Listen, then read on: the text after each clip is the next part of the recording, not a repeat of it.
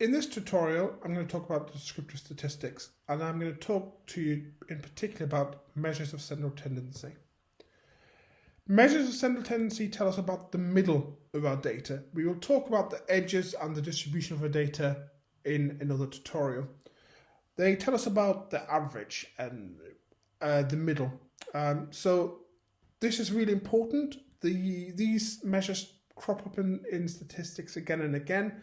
There are values that you will should report, and so I will be going over them. They are very basic stuff, so some of it you probably already know, but yeah, let's get started. So the very first one is the mean, and the mean, sometimes called the average. So on the slide you can see I've given you 4 numbers, and the way we calculate the average is essentially we take those 4 numbers and we divide them by the numbers of data points we've got. So that's 4. In this particular case, that averages out at 15 being your average for this particular data. The mean is very simple to calculate, is a very powerful variable that helps us understand where the center of our data is. One of the things to remember with the mean is if you have a lot of outliers, either on the low end or on the high end, they can skew our data away from the true center of our data. So the takeaway thing is that the averages tell us about the middle, but the outliers do shift where the average falls, either to a positive skew or a negative skew. So here's some examples. I have a data set on extremism, and in this particular data set we asked individuals, what is their age? In this particular example, the mean age for the entire population, both men and females, was 50, or just over 50. And you can see that on the top left hand side.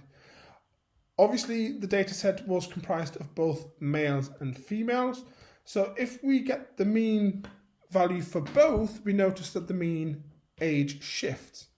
So for men, the mean age was actually slightly lower than 50. It was 48, or just under 49, and for females it was 52. So we see that having them both together shifted it slightly to the middle of both of those values actually. The table in the right just shows you what it would look like if you get a table with additional information, so about how many observations have you got, how much missing data have you got.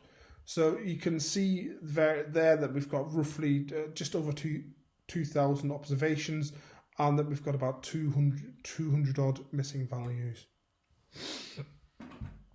Okay, so the next one is the median. The median is the value that splits your data into 2 equal halves. So 50% of your data set falls above the median, 50% of the data falls below your median. Now there's 2 ways of calculating the median, and that really depends on how many data points you've got. If you've got an even set of data points, then you take the 2 middle values, you take the average and you divide it by 2, and that gives you the median. So in this particular case, it's 11. Don't worry too much about it because the computer does this for you, but it is worth knowing. When you have uneven data points, the median is literally your middle value. So in this particular row of data numbers, it's 8. Again, very simple. It's like I say, it is literally the middle of your data. This particular one is not affected by outliers in the same way that the average or the mean is. So reporting both of them together gives you a sort of good idea of what your center looks like and how affected it is by outliers or not. Now, in this slide, I have put both of them together, and I've added the extremism score as well. So what we can see is, again, the age, the mean and the median, and you can see that they are slightly different.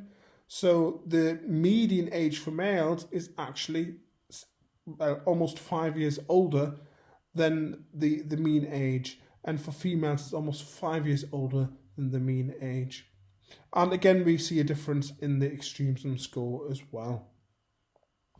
And again, on the right hand side, you see the median and mean for both men and women together. The final measure of central tendency is the mode. The mode is the most common value that you've got. So if you've got a row of data, what it is which row is the most common. Now, the one thing that I did not mention previously is that the mean and the median are descriptive statistics that you should only use for continuous data. Remember, in tutorial 1, I spoke about types of data.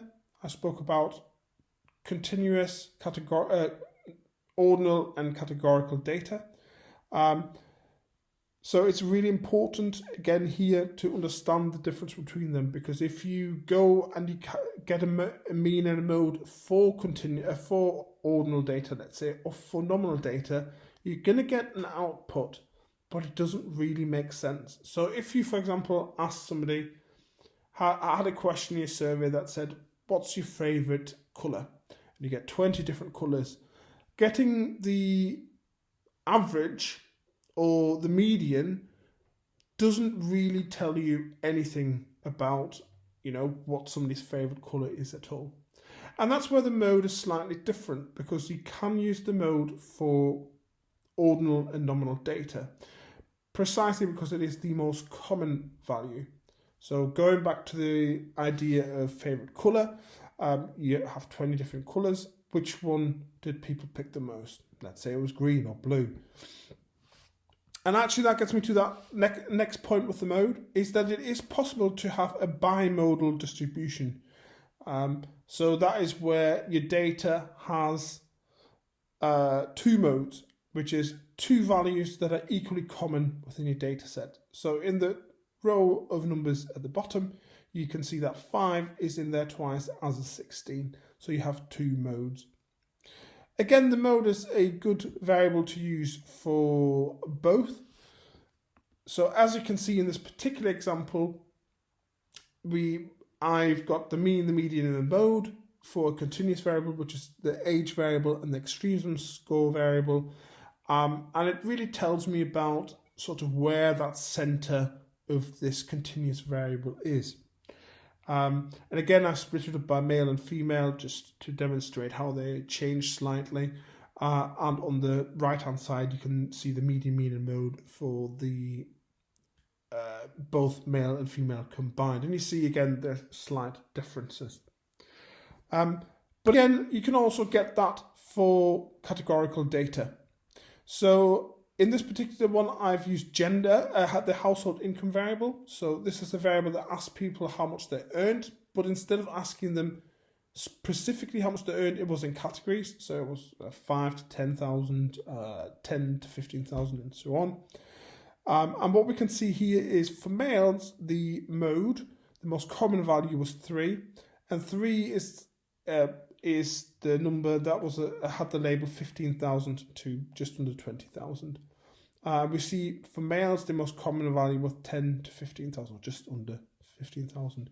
So we actually noticed that in this particular data set, it looks like females might be earning less. But again, these are descriptive statistics, and so we shouldn't make inferences about our data just yet.